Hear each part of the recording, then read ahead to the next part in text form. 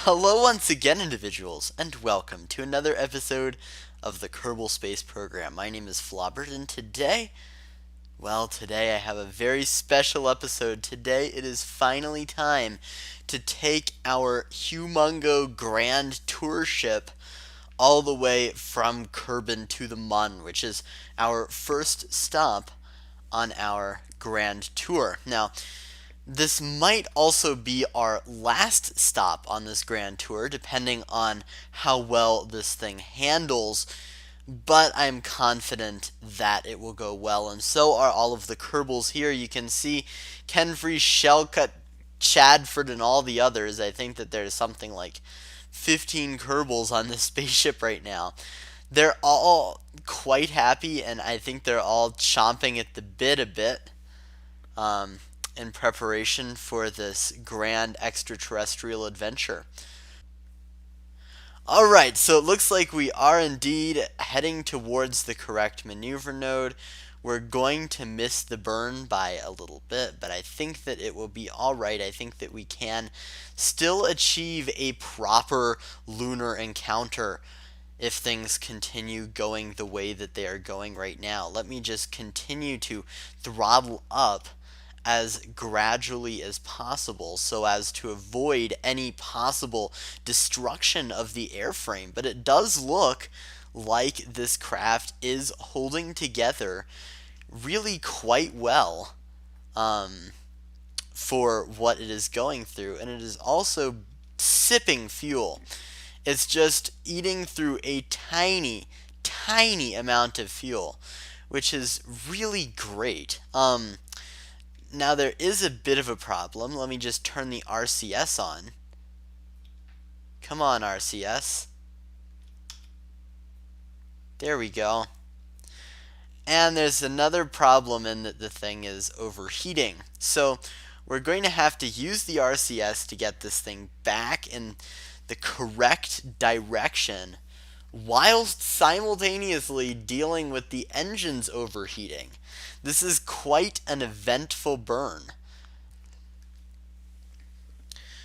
Well, we're continuing to burn. We're a bit past the halfway point for the burn, and once again, everything is doing reasonably well. Now, I do have to be mindful of the RCS, which I am worried will deplete much faster than our liquid fuel. I mean, look, we still have like a tremendous amount of liquid fuel left. I'm very happy about that.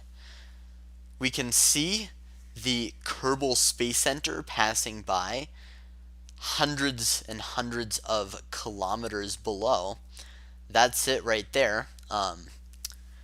I know you can't see my mouse pointer, but I think that you can see it on the side of that Africa-looking continent as that little lighter patch. So obviously these guys started the burn at a reasonably good time so that they could get some really great data that they could transfer to the Kerbal Space Center right when they kind of needed it during this very important burn.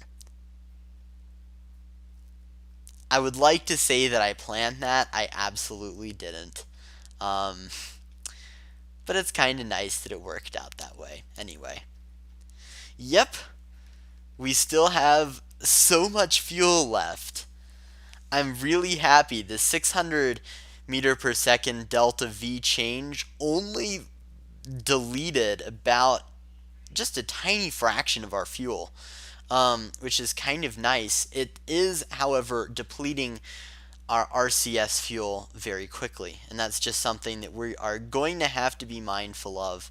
Now, another thing that I'm kind of worried about is the fact that our refuel craft that kind of ran out of power but that successfully transferred many things onto the station, that is rapidly approaching, yes, the rear propulsion debris.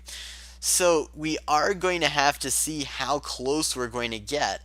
I do think that it's going to pass underneath us, but you do have to be careful with these sorts of things, because I wouldn't want to see our beautiful Corvus station be absolutely obliterated after an impact. That would not be great. So I'm just going to go ahead and probably fire our engines until we're in lunar orbit, and then I'm going to cut off the engines, and that will be the end of the episode. And I'm going to do my lunar circularization burn a little bit later. So I guess that's something to look forward to. All right, we're coming up on 50 meters per second of delta V. Let me turn off the RCS for these last 50 meters per second. I think that the thing gradually translates over to the side because of the uneven mass distribution. Like you can see on here that there are some modules that are kind of off to the side and that weigh more than some of the other modules, which is not great. 40 meters per second of delta V, and there we go! We have our lunar encounter. We must be very, very careful with this because I cannot afford to turn this thing around if we botch this thing up. So I'm hoping for a 50-kilometer orbit, 70, 60, 50, and 47-ish kilometers. That'll do. All right. Yes! Well, we have successfully completed our first maneuver. We're headed towards the moon to get some science there. Have a very nice day, individuals. Like, favorite, subscribe, and share, please. And I will see you next time as we go to the moon. Peace.